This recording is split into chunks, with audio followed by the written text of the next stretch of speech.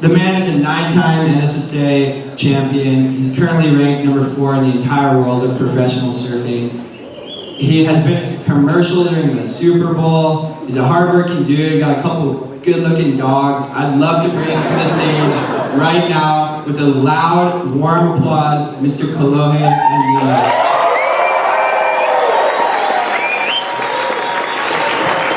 Thank you. Sorry to the parents for providing all the soda and Red Bull. The kids are gonna be up all night, but these are all your buddies, right? Like, these kids are all familiar faces. Yeah, I know, I think some of their names, not all of them. I hang with Taj Lindblad a lot, Crosby, David, Jet, he's not here, it's too cool. Yeah, you know, I like to hang out with the groms, it keeps it fun. I remember when I was a grom, I used to, I felt like I was progressing so quickly, so I was like, oh man, if I could do that, that'd be sick, so I started hanging out with the groms. Well, that's kind of the first topic we want to dive into, and that is San Clemente. This clicker is kind of 4 out of 10 right now. Okay. Growing up in San Clemente, like, I don't know, Chris Ward, Archibald, you, the next generation, all these people are inspiring you, right? Yeah, it was great. You know, I was lucky enough to, my dad was a pro surfer, so lots of pros hanging out around my house from the day I was born. Shane Beshan's my godfather, guys like Wardo always hanging out, Archie, and then, yeah, once I started surfing, it was just rad going down T Street and, you know, seeing like guys like the Gadowskises and Dane Ward, Travis Melton, they were all surfing right next to me. Then our crew started coming up and so many friends, you know, like tons of friends just competing every day down there, like, okay, gotta be the first one out before school, all that sort of stuff, you know, just crazy competitive, but also really good friends. And then, yeah, now I got all these little rats, you know, frothing out in the morning, taking all my waves before school, because I still like the early ones. But, yeah, there's some really good talent coming out from San Clemente, and it's epic to see a bright future in a lot of these kids. I definitely agree. Let's watch this little hype video right now and we'll get a little deeper into San Clemente.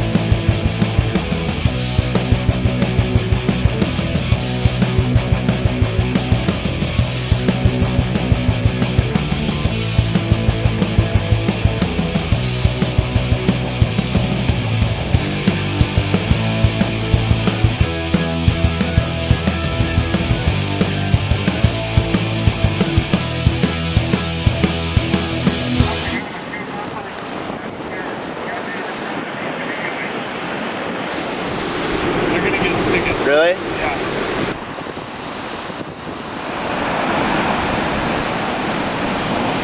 Unsafe beach activity. 6 foot. Yeah. We're gonna get a full 6 foot wave coming in. Gonna wash us off the beach. More? Here, let's keep it going. Here, dude. Put it in. Yeah.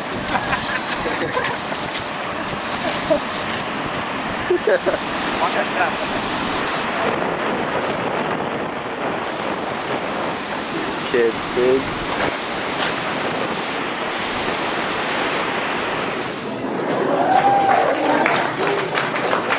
So what was happening in that last clip there, brother? So basically, if you live in San Clemente, you know it only gets overhead high if it's storm surf. And I was like, storm surf? So like, oh, let's go surf the pier, you know? It's like the best time to surf in San Clemente, and usually the crowds are pretty slim. And then we heard something like a earthquake. What's it called? What is it? Tsunami warning. Yeah, it's like, what is an earthquake cause? Tsunami warning apparently, and then yeah, they were saying like, get out of the water, there's a tsunami. And I was like, the waves are like knee high, like, come on. And then we kept surfing, and then yeah, they called Officer Bull. I remember him. He always says hi to me when I see him. They called him up and they gave us I think $500 tickets. So yeah, each. So you said it doesn't really get head high that much in San Clemente, but there's so many great surfers that come out of that area before your time, and then you right now, you're definitely the guy, and the future right here. Like, how does that happen? Is it just something in the water where like San Clemente breeds a bunch of rippers or what? I don't know, I think when you're super young and you have like really good surfers to look up to and they're surfing right next to you, it definitely motivates you and pushes you to like, if you're Kobe Bryant and he shows up at some local basketball hoop or basketball court and you're like, that's sick, like I'm right next to him, like kind of like, give me that ball, like, then you watch him, slam dunk a bunch of times or practice or whatever, so it's a real easy transition, I think, and there's big breeding grounds all over the world, like Snapper Rocks and things, and I think, just having those local guys around to look up to and be that close to is rad. When I surf lures, I kind of feel like if I see you out, you are the Kobe out there. I have a funny story actually. One time I was surfing lures in the summer, and I remember Kolohe scrapping into a sick, like, I don't know, 3-footer or something. And most guys, if they're trying to call someone off their line, they give them a little ho, ho, ho. And you just let out this war cry. And everyone just pulled their boards back, and then you did like 2 air reverses and like a foam climb. It was pretty insane. Do you kind of feel like when you surf these rigs, you gotta hold it down, or what? I definitely got that from my dad. It's like a big ho, ho! Just let them know you're there. It could be dangerous, so I'm just looking out for their safety. What a nice guy, though. Man. I grew up surfing there, so I just, give it a big ho. But then some people think you're saying go. Yeah. So to me, something I want to try to pick out of what you just said is it's kind of like you got a little bit of pressure when you surf around town, right? Like, you're the man, so you got to rip every session. Let's talk a little bit about pressure in surfing after this little pump-up video.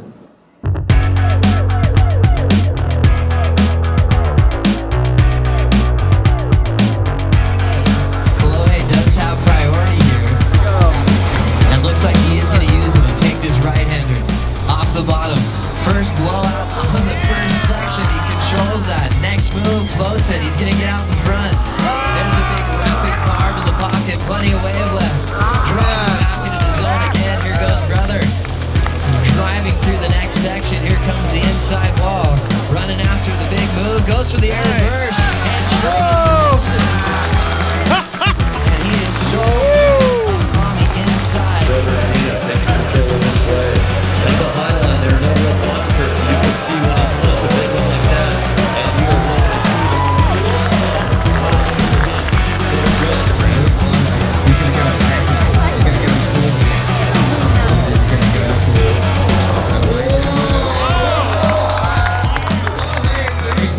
So yeah, man.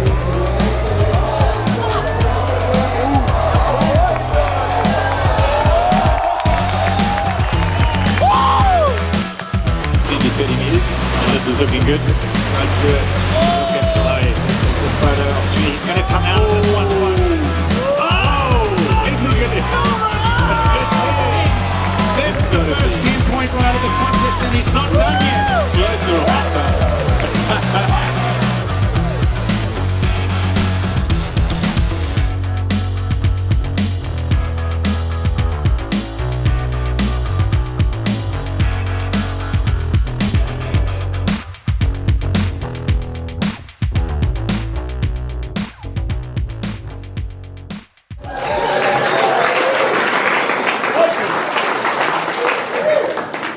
So we titled the night of Rise Above. Kind of seems like you have risen above some of that quote-unquote pressure. Like, you're the man since you're like these guys' age, and now you've done really well on tour this past year. Like, talk to me a little bit about maybe pressure from your family, from the media, from sponsors, and what it's like to just kind of deal with that and still enjoy surfing and loving what you do. Yeah, well, it's always people like, oh, you have so much pressure, just like this, that, like you said, like media, family, sponsors, blah, blah, blah. But the biggest pressure I ever had was for myself. And I think if any of you guys have ever seen any of my freakouts, that I don't do anymore, those are out of me. Yeah, I just had a lot of pressure, just I wanted to do good so bad, and I just, trying to force it so much. So, yeah, it just came from my competitive nature. I don't know why I have it that badly, but I do. Well, I think it's kind of inspiring, actually. You treat your profession, like a pro basketball player, like Deshaun Watson, like someone who's really out there trying to be the best that you can at what you do, and I think it's pretty rad. I want to ask you a few things about this past year in pressure. A couple times in round fours in 2016 on the tour, the non-elimination rounds, you needed scores at the very end, Snapper and Tahiti. How do you deal with needing to score and knowing that Mother Nature might or might not give you that wave that comes through, or just situations in heats where you're really pressure oriented? Yeah, well, before last year, I never really put in the actual true work, eating all the right food and spending a lot of time in the gym and all the above. So yeah, before that, I never did that, so I didn't really know how to handle those sort of moments. And then I'm an absolute student of the sport. And I watched this Mick Fanning interview, and he said, he had one heat or one event that he won in Tahiti where he had 4 of those in a row, last second he did a 9, boom, got a 9.5. And he said, yeah, just try to remember all the hard work I've done, and that'll happen. So I was like, oh, that's pretty bad. I think I'll try to do that because I like Mick a lot. And then, yeah, just in those moments, I felt like I did, I feel like I worked as harder than anyone else. So I was just sitting there going, all right, it's just going to work out. Even if it doesn't work out, I'll, get back to the grindstone and figure it out. And yeah, luckily the waves came, and I made the heat. Similar thing to what Deshaun Watson probably did. Had a last second heroic to win the natty, and sure put a lot of work in. Congrats. So you look up to people outside of surfing, especially athletes who handle that pressure, and you also look up to some people who have come before you in surfing. And a couple of your inspirations, you said Mick, but Taj is another big one. And those were guys that you've actually known kind of as a friend since you were a super grom. Does that kind of add to the whole man, when I start getting their age, I need to crush it? Yeah, for sure. I mean, I met Taj when I was 8 years old, and he was my favorite surfer. I was just obsessed with him because of Montage. And yeah, he remembered my name, and I was like, oh, it's so sick. He knows my name. It's kind of a hard name. No one ever remembers it. So yeah, I was psyched on that, and I always just wanted to surf Taj backhand and Mick forehand. I thought that was an epic combination. That was before Jordy and Dane started doing all their crazy stuff. So yeah, it was a trippy thing. I was lucky enough my dad was in the industry, an ex-pro surfer, and I would just hang out with these guys and go surfing. And same with Andy Irons. When I was 9 or 10, we went surfed with Andy a bunch when he was in town, going for his I think first world title. So, and that was the year he just smoked everyone. So it was yeah, just luck. I can't pick your parents, and I got rad ones. The pressure, you deal with it through inspiration, through people who have come before you, but Kolohe, you work your ass off, man. I think you deserve a round of applause for that, and hold it down for America.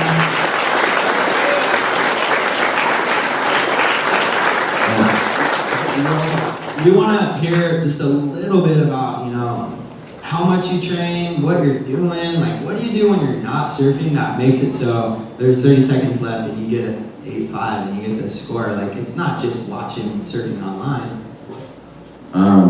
Yeah, I don't know. Every day is different. I'm still obsessed with surfing, so every day is trying to circumnavigate that so I can still surf the best waves. Usually wake up at 4 a.m. and spend an hour on the Pilates reformer. I got a little mental kind of meditation thing that takes about 20 minutes too.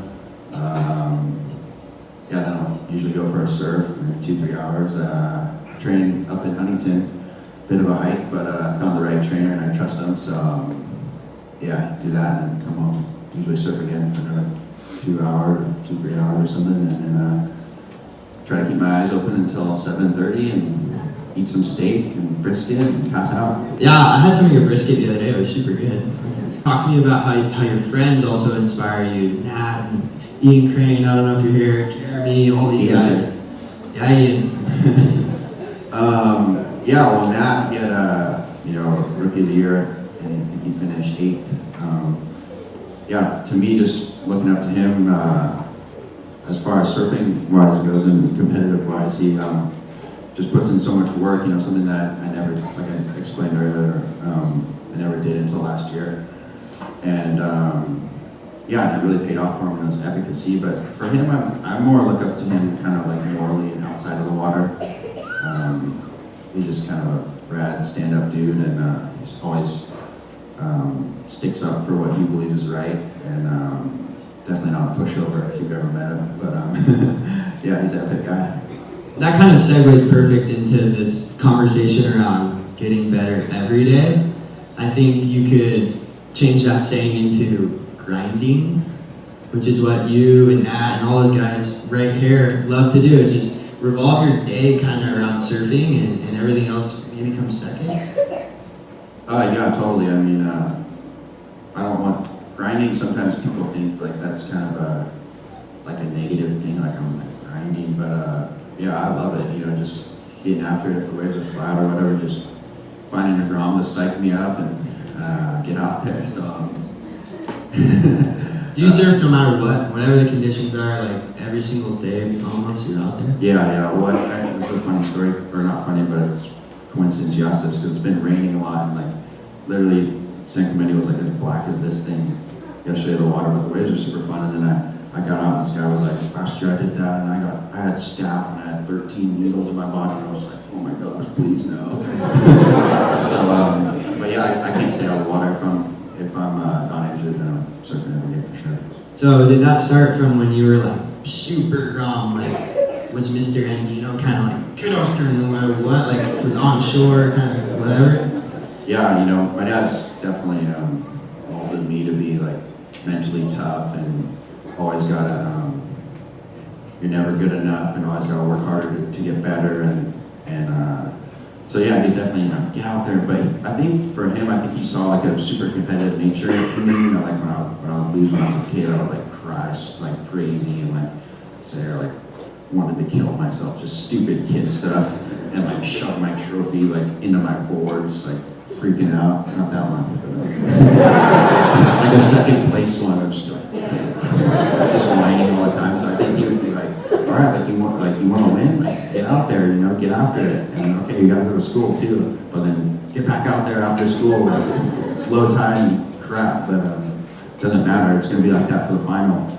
So yeah, but also as equally as hard as I've worked, he's worked just as hard with Violas and taking time away from things that he could have done that made his life better to make my life better. So hats off to him for sure. Is there something in your surfing right now that you're trying to specifically focus on? A certain turn, certain condition? Yeah, there's this turn that I can't do for some reason. It's like a backside, frontside turn. It's like you basically just go off the bottom and go off the top. But it looks like throw spray and it's powerful. You don't slide or lose speed. So I can't really do that turn. So I see kids can do it. It's a weird thing, but whatever.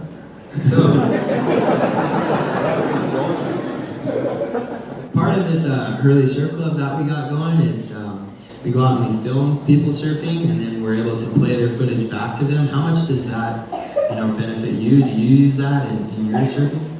Yeah, so when I was younger and I was trying to work out a lot of kinks, I still am, but yeah, for me, I kind of went through this period, especially last year, where I didn't want to watch my footage, just because I felt like sometimes I felt like I was surfing better than I was, and like the waves weren't even that good, but I was just, and then I watched the footage and like, oh, it's kind of gross, like I'm not surfing that good, like I'm gonna get smoked. So yeah, I just only like watching the good stuff because it breeds confidence, and yeah, sometimes I don't have that much of that. So I think kind of the vibe I'm getting right now is that you're the new age of professional surfing. You're treating it as a full-time career that you're super committed to. I'd say, Kolohe, you're kind of the future. I don't know about that.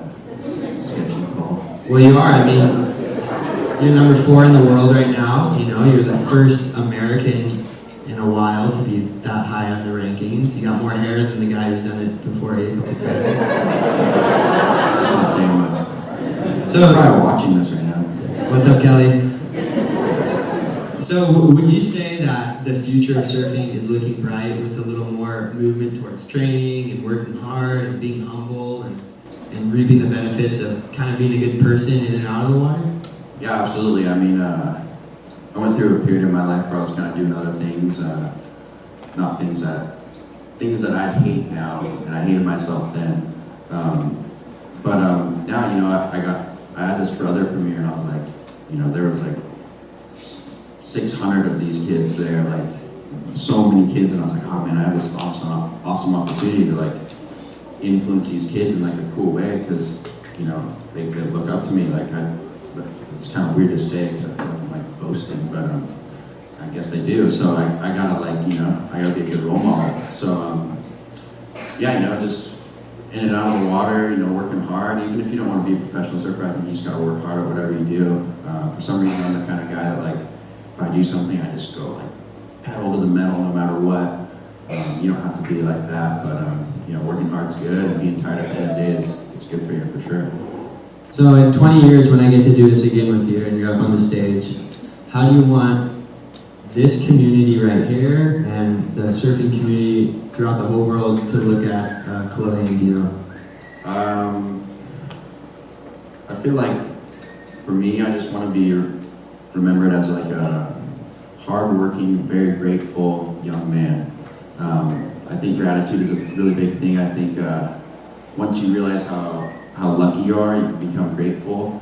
And then when you realize how lucky you are also, you begin to work really hard at your goals or whatever you have planned for your life. So yeah, just humble, grateful, hardworking man. I'm a young man. Look at that beard.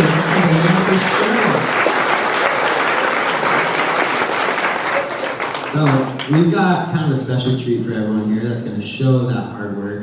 And it's some unseen footage of you surfing around the West Coast. Before we play it, you want to hype it up? What are we about to watch? I'm not a big self-hyper, but I haven't watched the final edit, but I think it's just from around here, San Clemente and Huntington and Seal Beach and Lower, so.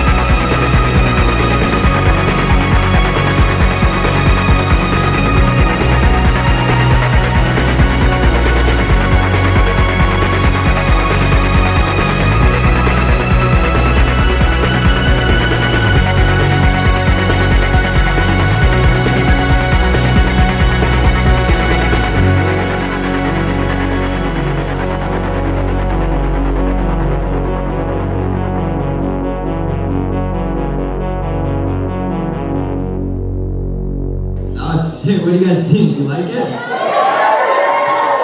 Thank you to Jacob for putting the edit together and going out and filming Kolohe all the time. It's good footage, man. Appreciate it. Nice haircut too. Yeah, looking clean with that haircut.